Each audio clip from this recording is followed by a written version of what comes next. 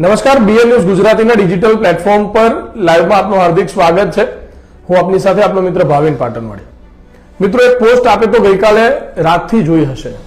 પાદરાના પૂર્વ ધારાસભ્ય અને વડોદરા જિલ્લા કોંગ્રેસના હાલના પ્રમુખ જસપાલસિંહ પઢિયાર સાથે આપણી ચર્ચા છે. દર્શક મિત્રો, પાદરા તાલુકામાં 5 થી 7,000 મતો કાપવામાં આવ્યા, કપાશે તેના પર વાંધા આપવામાં આવ્યા છે. દર્શક મિત્રો, ક્યાંક ને ક્યાંક આડકત રીતે સત્તા પક્ષ પર આક્ષેપો થઈ રહ્યા છે. પૂર્વ ધારાસભ્ય અને જિલ્લા કોંગ્રેસ પ્રમુખ જસપાલસિંહ પઢિયાર દ્વારા સમગ્ર કોંગ્રેસ દ્વારા કલેક્ટરશ્રીને પણ આવેદનપત્ર આપવામાં આવ્યું છે. આપણી સાથે સ્ટુડિયોમાં અત્યારે જસપાલસિંહ પઢિયાર હાજર છે. બાપુ, પ્રથમ તો બીએન ન્યૂઝમાં આપનું સ્વાગત છે. અને જે મહત્વનો મુદ્દો છે ને કહી શકાય કે સળગતો મુદ્દો જનતાનો મુદ્દો છે. SIR નામની કામગીરી સરકાર દ્વારા કરવામાં આવી. સરકારે એક ટીમ બનાવી, તાલુકા હોય, મામલતદાર હોય, કલેક્ટર હોય, તમામ લોકોને આવરી લેવામાં આવે, તલાટીઓ સહિત, ટીડીઓ સહિત તમામ લોકોને સૂચના કરવામાં આવી કે મતદાર યાદી મતદારો આપો. આ બધી જ પ્રક્રિયાઓ પૂર્ણ કર્યા બાદ પણ પહેલો મારો સવાલ એવો છે કે સરકારને વાંધા ફોર્મ મૂકવાની, બનાવવાની જરૂર શું પડી હશે? અને જો એ જરૂર પણ પડી તો ડાયરેક્ટ હજારો વાંધાઓ, લાખો વાંધાઓ કેવી રીતે અચાનક આવી રહ્યા છે? અને પાદરામાં પણ શું પરિસ્થિતિ? પાદરામાં 5 થી 7,000 મત કે જે માર્જિન છે ધારાસભ્ય બનવા માટેનું, એ માર્જિન ક્યાંક ને ક્યાંક ભાજપ કોંગ્રેસનું કાપવા માટે આ કંઈક કરી રહી છે, એવું આપનું શું માનવું છે? મતદાર સુધારણા ઝુંબેશ હેઠળ એટલે કે SIR ની કામગીરી આપણે જાણીએ છીએ કે ચાલી રહી છે. અને એમાં શિક્ષકો હોય કે અન્ય અધિકારીઓને સરકારશ્રીએ ચૂંટણી પંચે એમને કામે લગાડ્યા છે. એટલે કે ચૂંટણી પંચ તરીકે અત્યારે ચૂંટણી પંચના અધિકારીઓ તરીકે એ લોકો દરેક બૂથ વાઇઝ કામ કરી રહ્યા છે. એમાં આપણે જોયું કે ઘણા લગભગ એકાદ બે શિક્ષકો હોય કે જે અધિકારી હતા એમને ભારણ એટલું બધું હતું એટલે સુસાઇડ પણ કર્યું. અન્ય જે હતા એ ચાર પાંચ લોકોના મૃત્યુ પણ થયા, એવા કિસ્સા આપણે જોયા. એટલે જે પ્રકારે SIR ની કામગીરી ચાલી રહી હતી, કોંગ્રેસ પાર્ટીએ સમગ્ર જે BLO હતા તમામ બૂથમાં તમામ લોકોને સારી રીતે અમારા BLA1 દ્વારા સહકાર આપવામાં આવે ને એમની ઘણી જગ્યાએ એમની સાથે રહીને કામગીરી પણ કરવામાં આવી. અને ત્યારબાદ મેપિંગની કામગીરી કરવામાં આવી કે ભાઈ મેપિંગ કર્યા બાદ એટલે કે એના પુરાવા લેવામાં આવ્યા. 2002 પહેલાના તો આ પુરાવો જોશે કે 2002 છે પછીના છે તો એમને આ પુરાવો જોશે. એટલે તમામ પુરાવો એમના ચૂંટણી પંચના અધિકારીઓ એમના દ્વારા જ લેવામાં આવ્યા છે. બધું મેપિંગ કરવામાં આવ્યું, એમને ઘરે જઈને કરવામાં આવ્યું, કોઈને ત્યાં બોલાવીને કરવામાં આવ્યું. 1 મહિના 1.5 મહિના સુધી કામગીરી ચાલી. દર રવિવારે શનિ રવિ ત્યાં પોલિંગ બૂથ પર બેસીને પણ એની કામગીરી કરવામાં આવી. આટલી બધી કામગીરી કરી તેમ છતાં પણ સરકારશ્રીનો અંદર હસ્તક્ષેપ થયો કે એ પણ શંકાના દાયરામાં છે? અથવા તો ચૂંટણી પંચે એવું તો શું વિચાર્યું કે ચૂંટણી પંચે એમને જ મૂકેલા એમના જ અધિકારીઓ સામે, હું શું કહું છું કે એમના જ અધિકારીઓ સામે પ્રશ્નહાથ ચિહ્ન ઊભું કરી દીધું છે? એ એવું બતાવવા માંગી રહ્યા છે, કદાચ મને એવું લાગે છે કે એ લોકોએ જે મેપિંગ કર્યું, સ્થળ તપાસ કરી અને એમના ઘરે ગયા, જોયું, ત્યારબાદ પણ એ અધિકારીઓ પર આ લોકોને વિશ્વાસ ના હોય તેમ ફોર્મ નંબર 7 વાંધા રજૂ કરવાના 6, 7 ને 8 એટલે કે જેને કોઈનું રહી ગયું હોય તો એના હક દાવા રજૂ કરવા, એ બધા 6 નંબરમાં એમાં આવે છે. ફોર્મ 7માં ખાસ કરીને કોઈની સામે કોઈ મતદાર હોય એની સામે એ વાંધો લે તો એ વાંધો લેવાની તારીખ હતી 18મી જાન્યુઆરી સુધી, છેલ્લી તારીખ હતી. 15મી તારીખ સુધી આપણે જોઈએ, 15મી જાન્યુઆરી સુધી તો નહીવત વાંધાઓ, એટલે કોઈ બહુ ખાસ કંઈ વાંધાઓ જિલ્લા કક્ષાએ આવેલા નહોતા. એવી રીતે આપણે ત્યાં પણ એવા કોઈ બહુ વાંધાઓ તાલુકા કક્ષાએ પણ આવેલા નહોતા.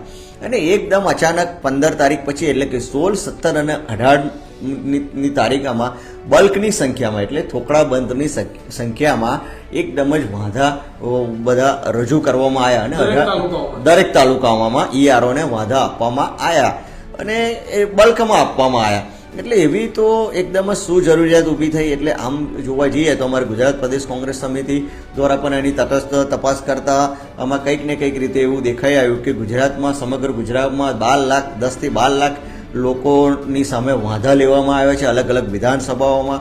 એ જે વિધાનસભાઓમાં કે જે બૂથોમાં કોંગ્રેસ તરફી મતદાન વધારે થતું હોય, ખાસ કરીને એવા બૂથોને ટાર્ગેટ કરવામાં આવ્યા છે. ત્યારબાદ તપાસ કરતા એમને જે રીતે જાણવા મળ્યું કે આ બધા જ કમલમ એટલે કે ભારતીય જનતા પાર્ટીના ઓફિસમાંથી પ્રિન્ટેડ કરેલા ફોર્મો દરેક જગ્યાએ મોકલાવવામાં આવ્યા અને એ ફોર્મોના માધ્યમથી કોઈ જે લોકોએ, ધારો કે હજુ તો જે મતદારો છે એમને હું એવું કે એમને કહેવા પણ માગીશ કે અન્ય જે એમના કાર્યકરો હશે એમને પણ કહેવા માગીશ કે હજુ એમને ખબર છે કે કેમ કે તમારું આધાર કાર્ડ તમારી પાસે મંગાવ્યું હશે કે તમારું ઇલેક્શન ચૂંટણી કાર્ડ તમારી પાસે મંગાવ્યું હશે.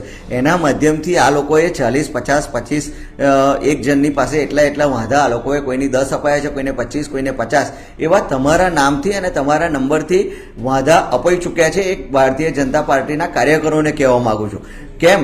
એટલા માટે કહેવા માંગુ છું કે જો તમે તમારો આધાર પુરાવો ત્યાં આપ્યો હશે, એ લોકોને આધાર કાર્ડ અથવા તો ચૂંટણી કાર્ડ કે અન્ય કોઈ પુરાવો, એના માધ્યમથી ભારતીય જનતા પાર્ટીના ઓફિસથી બલ્કની સંખ્યામાં તમારા નામથી તમે જેને ઓળખતા નથી એવા મતદારો સામે વાંધો આપવામાં આવ્યો છે.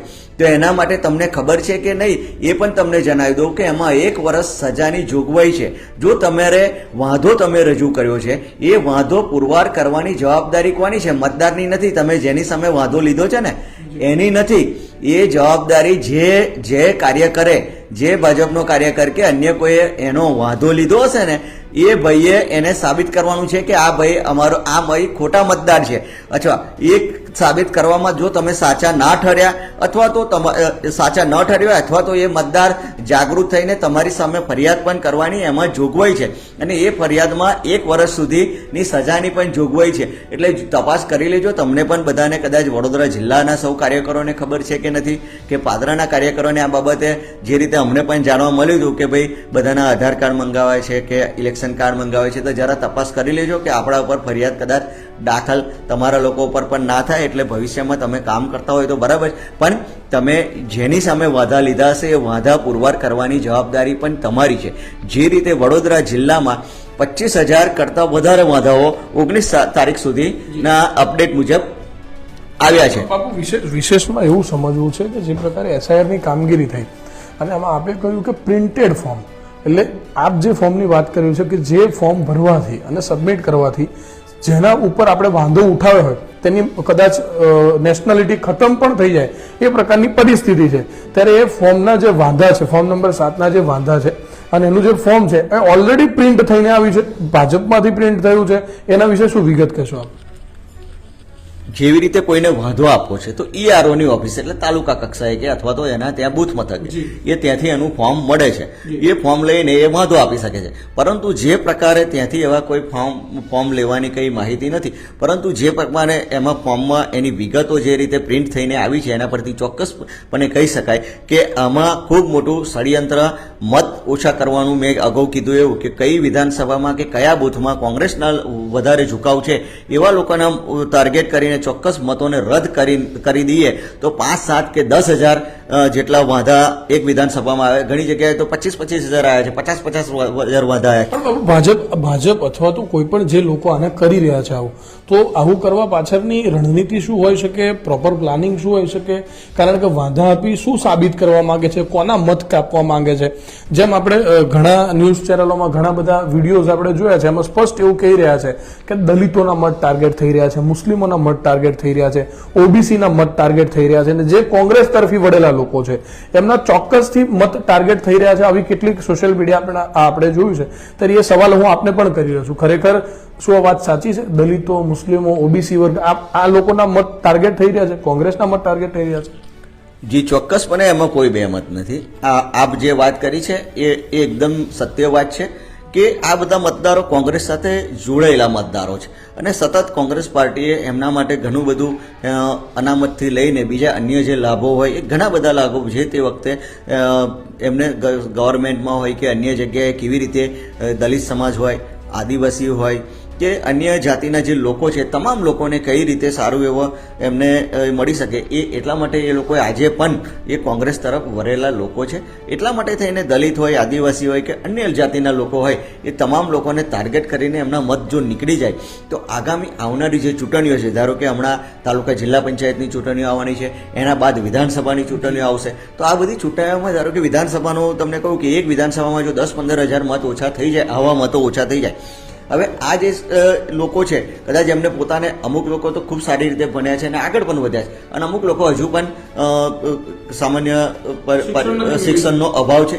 તો કંઈક ને કંઈક રીતે આવા લોકો જો એમનો પુરવાર કરવામાં અસમર્થ રહ્યા તો આવા લોકોના મત નીકળી જશે અને ખરેખર જે રીતે ગાંધીજીએ આ દેશમાં લોકશાહી જવાહરલાલ નહેરુજી હોય, ગાંધીજી અને લોખંડી પુરુષ તરીકે સરદાર વલ્લભભાઈ પટેલે એ લોકોએ જે રચના કરી કે ભાઈ લોકશાહીની રચના કરવામાં આવી કે દરેકને પોતાનો મત આપવાનો અધિકાર હોય. આપને પહેલાં વાત એવી પણ ચર્ચા હતી કે મહિલાઓને કદાચ મત આપવાનો અધિકાર ના હોય અને આપ જાણો છો તેમ કે અમેરિકામાં ઠેઠ ઘણા વર્ષો પછી લાગુ કરવામાં આવ્યું 70-75 પછી, પરંતુ ભારત દેશ એવો હતો કે નહીં, તમામને સમાન અધિકાર. એમાં મહિલાઓને પણ પહેલે જ દિવસથી મતનો અધિકાર આપવામાં આવ્યો, એ સામાન્ય વર્ગના માણસને પણ મતનો અધિકાર આપવામાં આવ્યો. 1952 થી લઈને સતત જે પહેલી મતદાર યાદી અને પહેલો મતદાર નોંધાયો 1952માં અને એ જે મતદાર યાદી બની એ વારંવાર ત્યારબાદ એમાં પણ ઘણા સુધારો કરવામાં આવ્યા. પરંતુ જે પ્રકારે અત્યારે કરવામાં આવી રહ્યું છે, કોઈને હારનો ડર જે અત્યારે સતાઈ રહ્યો છે, એક બાજુ વાત કરતા હોય કે કોંગ્રેસ મુક્ત અથવા તો અન્ય પક્ષનું કંઈ ચાલતું નથી, આ રીતે મુક્ત કરવાનું, પણ આમાં જોઈએ તો વાસ્તવિકતા ભારતીય રાષ્ટ્રીય કોંગ્રેસ એ રાષ્ટ્રીય પક્ષ છે અને એ એટલી મજબૂતાઈથી જે રીતે બહાર આવી રહ્યા છે રાહુલજી ને બધા, એટલે આ લોકો એમાં કંઈક ને કંઈક રીતે 5, 10, 15 હજાર મત એક વિધાનસભામાંથી ઓછા કરવાના પીરાકમાં છે, જેથી કરીને સીધી જે ટક્કર કોંગ્રેસ સાથે થવાની છે એ સીધી ટક્કરમાં કંઈક ને કંઈક 10-15 હજાર મત કપાઈ જાય તો સીધો ફાયદો ભારતીય જનતા પાર્ટીને થાય. એટલે કે લોકશાહીમાં પૂરેપૂરી વિધાનસભાઓ જીતવી છે, પૂરેપૂરી વિધાનસભા જીતવી છે અને લોકશાહીના મૂલ્યોનું હનન કરવું છે. મહાત્મા ગાંધીજીના લોખંડી પુરુષ સરદાર વલ્લભભાઈ પટેલના વિચારોનું એ કરવું છે અને નહેરુજી કે આ બધા જ લોકોએ જે તે વખતે લોકશાહીને મજબૂત રીતે કે નહીં, લોકશાહીમાં જેને તમારો સામાન્ય એક અત્યારે તમને વાત કરું કે ધીરુભાઈ જે અંબાણી પરિવાર છે સૌથી ધનિક પરિવાર, તો એને પણ અંબાણીને પણ પોતે એકવાર મત આપવા જાય એટલે એક મત આપવાનો જ અધિકાર છે. એવી રીતે મારા ગામમાં રહેતો મારો સામાન્ય વ્યક્તિ, મારો સામાન્ય માણસ, મારો સામાન્ય ખેડૂત, એને પણ એક મત આપવાની વધારે છે. એટલે આપ તમે આ લોકશાહીના મતની તાકાત તમે જોઈ શકો છો. એટલે લોકશાહીના મૂલ્યોનું અત્યારે આ જોતા જો આવી પરિસ્થિતિનું નિર્માણ થાય તો લોકશાહીના મૂલ્યોનું હનન, લોકશાહી ખતરામાં છે. અને હું આજે પણ કહું કે 91માં માનનીય સ્વર્ગસ્થ પૂર્વ મુખ્યમંત્રી શ્રી માધવસિંહજી સોલંકી કે આપ જાણો છો કે ઓબીસી સમાજ હોય કે અન્ય સમાજ માટે એમને ખૂબ સારા હવે કામો કર્યા છે. એમને 91માં એમને ખંભાતમાંથી ભાષણમાં કીધેલું કે જો ભારતીય જનતા પાર્ટી સત્તા પર આવશે તો લોકશાહી ખતમ કરવા માટેનું કામ કરશે. એટલે અત્યારે આપણે જોઈ રહ્યા છે જો આની આ જ પરિસ્થિતિ રહી તો ચોક્કસપણે લોકશાહી મૂલ્યોનું હનન થશે.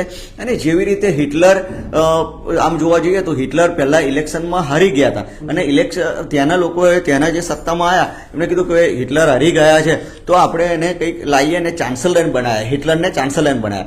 અને પછી એ એવી રીતે હાવી થયા કે એમની નાઝી પાર્ટીને જે રીતે એમને આગળ કરી પછી હિટલરે, એટલે આખા હિટલર શાહી એ વિચાર પણ જે એમની નાઝી પાર્ટીના જે વિચાર હતા, લોકશાહીને કેવી રીતે ખતમ કરવામાં આવે, લોકોના અધિકારીઓને કેવી રીતે ખતમ કરવામાં આવે, લોકોને એમનો પોતાનો જે મતનો અધિકાર છે, અન્ય જે અધિકારો છે, કોઈ દેખાવ ના કરી શકે, કોઈ આંદોલન ના કરી શકે, કોઈ મત ના આપી શકે, એવી દિશામાં જો નાઝી પાર્ટી દ્વારા કરવામાં આવ્યું હતું હિટલર દ્વારા, એની એ જ પદ્ધતિથી અત્યારે દેશમાં પણ આ પદ્ધતિ કંઈક ને કંઈક રીતે ચાલી રહી હોય એને નકારી શકાય એવું નથી. એટલે લોકશાહી એ ખૂબ મોટું, વિશ્વની સૌથી મોટી લોકશાહી એ ભારત દેશમાં છે.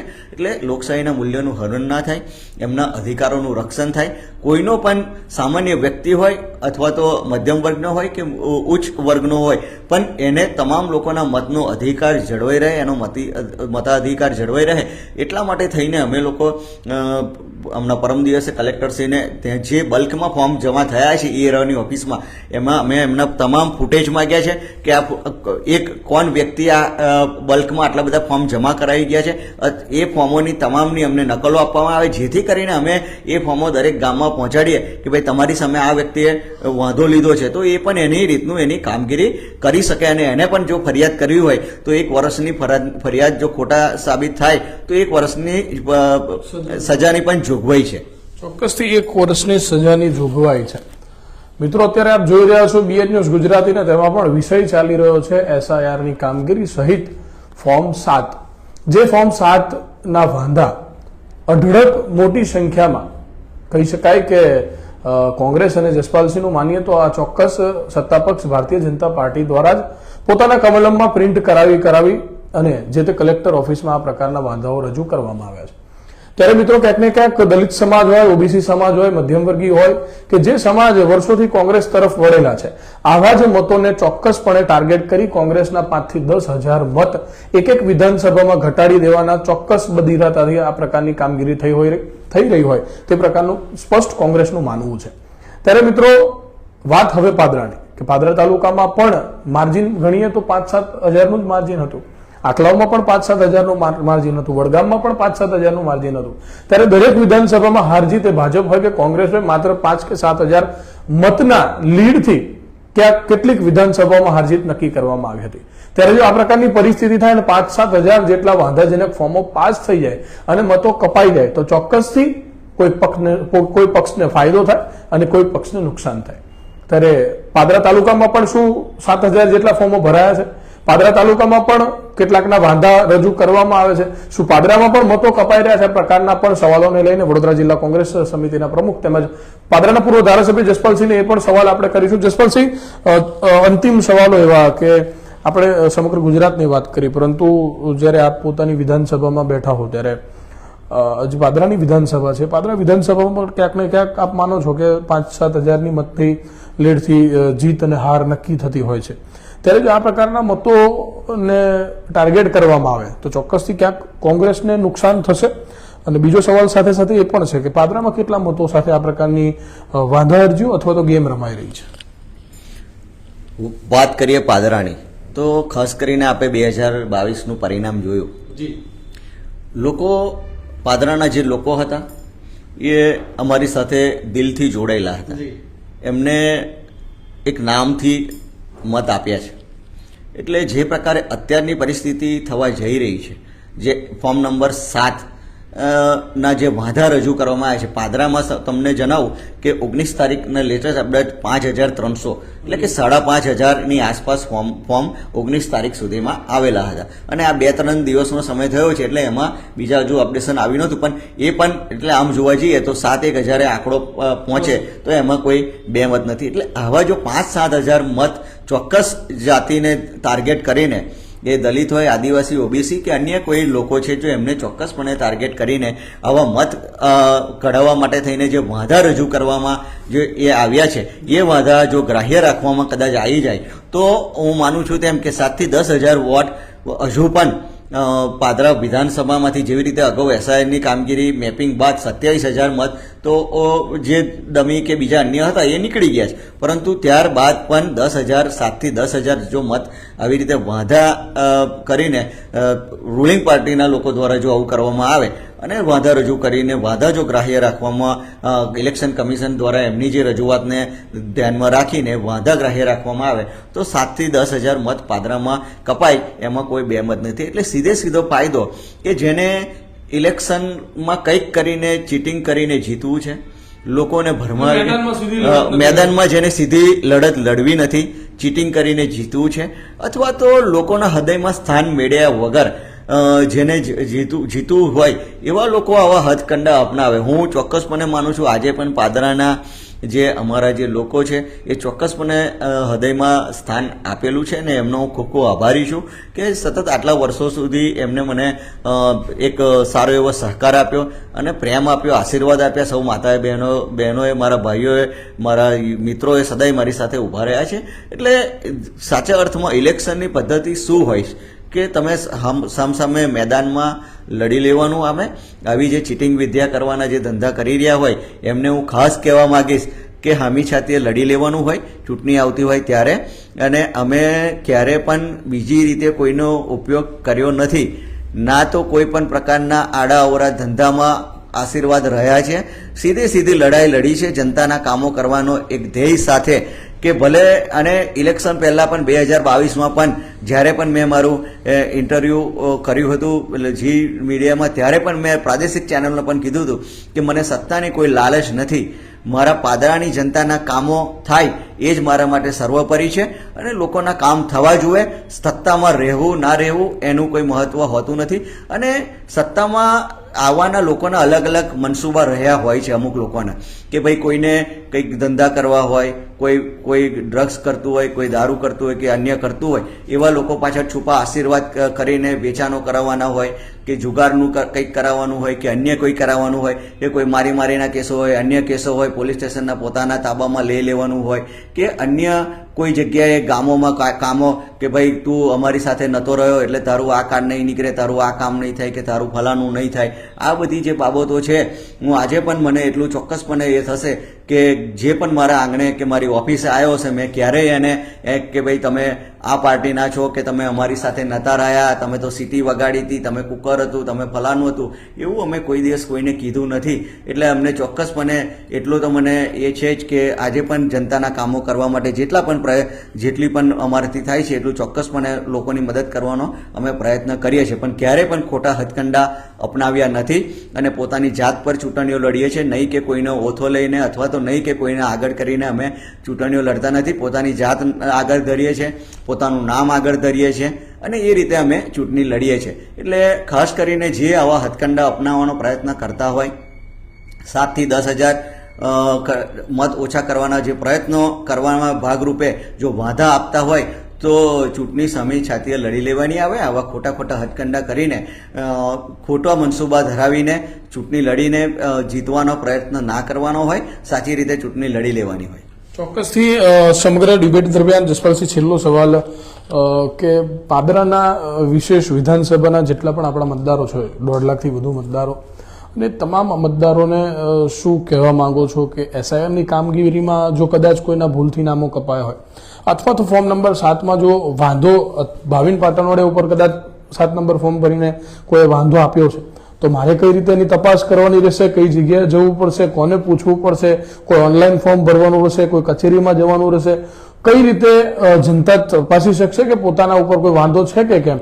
અને આવી કોઈ પણ પ્રકારની પરિસ્થિતિ થઈ હોય કે ખબર ના હોય અને કોઈએ વાંધો આપી દીધો હોય તો આગળ શું કરવાનું રહેશે? પ્રથમ તો તપાસવું કયા આધારે? જેની સામે વાંધો, ધારો કે તમારી સામે વાંધો આવ્યો છે તો જે તે તમારો BLO એટલે કે તમારો બૂથ એજન્ટ તમારો સંપર્ક કરે, તમને નોટિસ, આમ તો નોટિસ જેને રજૂ કર્યો હોય એને પુરવાર કરવાનું હોય કે ભાઈ ભાવિન પાટડિયા સાચો મતદાર નથી, એ પુરવાર કરવાનું જેને વાંધો આપ્યો છે એને હોય છે. તેમ છતાં પણ આ તો બધા કંઈક ને કંઈક ઇલેક્શન કમિશન સામે પણ શંકા થઈ શકે એવી એ પણ શંકાના દાયરામાં જ છે આ લોકો પણ. જેવી રીતે 18મી તારીખે સાંજે એકાએક 12 દિવસ વધાર્યા છે. 12 દિવસ વધાર્યા શાના માટે? લોકોના મત કાઢી નાખવા? અરે મતનો ઉમેરો કરવાનો હોય તો તમે 1 મહિનો વધારો ને, કે ભાઈ કોઈ મતદાર મારો છૂટી ના જવો જોઈએ એના માટે વધારવાનો હોય. પણ આ તો મતદારોને કાઢી નાખવા માટે થઈને, વાંધા વધુ મંગાવવા માટે થઈને 30મી જાન્યુઆરી સુધી, 18મી હતી તો સાંજે જાહેરાત કરી કે હવે 30મી સુધી થશે. એટલે કંઈક ને કંઈક રીતે એ લોકો પણ શંકાના દાયરામાં છે.